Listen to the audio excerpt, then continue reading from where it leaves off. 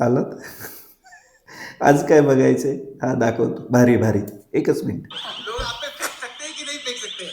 हाँ, चुनिंदा लोग फेंक सकते हैं। हम उसमें अलाउड है कि नहीं, आप बताइए। हाँ, प्लीज प्लीज। क्योंकि अगर आप क्योंकि अच्छा है स्नो बॉल्स पे एक दूसरे पे फेंकना। मुझे एक चीज ये बताइए कि हम लोगों ने इस तरह स्नो शूज पहने हुए हैं, उसके बावजूद मैं लगातार फिसलता चला जा रहा हूँ।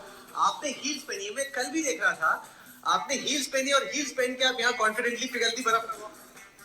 ये थोड़ा प्रैक्टिस करना पड़ता है, जो मैंने हर किया, साल मैं जाके कर रही हूँ। ही आहे वर्ल्ड क्लास कुत्रकारिता आणि हा आहे भारताच्या लोकशाहीचा चौथा स्तंभ. काय बोलावं या लोकांना? नेमकं जोडा पायातलं पायतान घेऊन थोबाडात मारावं. अरे राहुल्या, तिथं किती इन्व्हेस्टमेंट झाली, किती कंपन्यांनी काय काय दिलंय हे दाखवण्यासाठी तुला तिथं पाठवलंय त्या तकवाल्यांनी. आणि तू तर तिथं जाऊन तू म्हणतोय मी बर्फाचा गोळा मारू का? हा ना, तर आमच्या तोंडावर काय तेवढंच राहिलंय.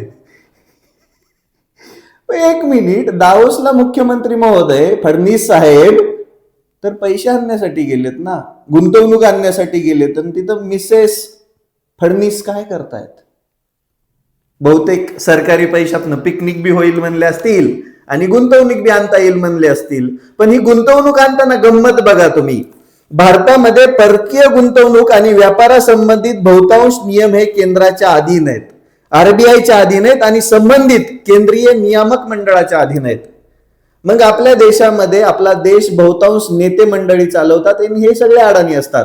मग ह्यामध्ये एकच पक्ष नाहीये. बघा तुम्ही, महाराष्ट्रात बीजेपीचं सरकार आहे, मध्य प्रदेशमध्ये बीजेपी, आसाममध्ये बीजेपी, आंध्रामध्ये काँग्रेस, तेलंगणामध्ये तेलुगु देशम पार्टी, झारखंडमध्ये झारखंड मुक्ती मोर्चा, कर्नाटकमध्ये काँग्रेस, गुजरातमध्ये बीजेपी. या सगळ्यांचे काहींचे मुख्यमंत्री गेलेत आणि काहींचे उपमुख्यमंत्री गेलेत आणि सरकारी अधिकारी गेलेत, कर्मचारी गेलेत, संबंधित मंत्री गेलेत. तिथं जाऊन हे काय करतात माहिती का? गायबाने महाराष्ट्रातल्याच कंपन्यांसोबत करार करतात. त्यातले बहुतांश कंपन्यांचे मुख्यालय हे मुंबईमध्ये येतात. काय काय नाही गंमत. बरं, हे एमओयू म्हणजे काय माहितीये? सामंजस्य करार असतो. ही इन्व्हेस्टमेंट येईल किंवा नाही येईल हे भविष्य ठरवतं. ही करार झाला म्हणजे लगेच पैसे आले असं काही नाहीये. पण सरकारी पैशावरती पिकनिक झालीच पाहिजे ना. आणि असं बी फडणवीस साहेब एवढ्या धावपळीमधून, निवडणुकींच्या कार्यक्रमांमधून थोडासा ब्रेक घेऊन दावोसला गेलं तर काय झालं ना. पण त्याच्यामध्ये हे कुत्रकार नेमकं का असं वागतात आणि का असं करतात हे समजायला वेळ समजत नाहीये.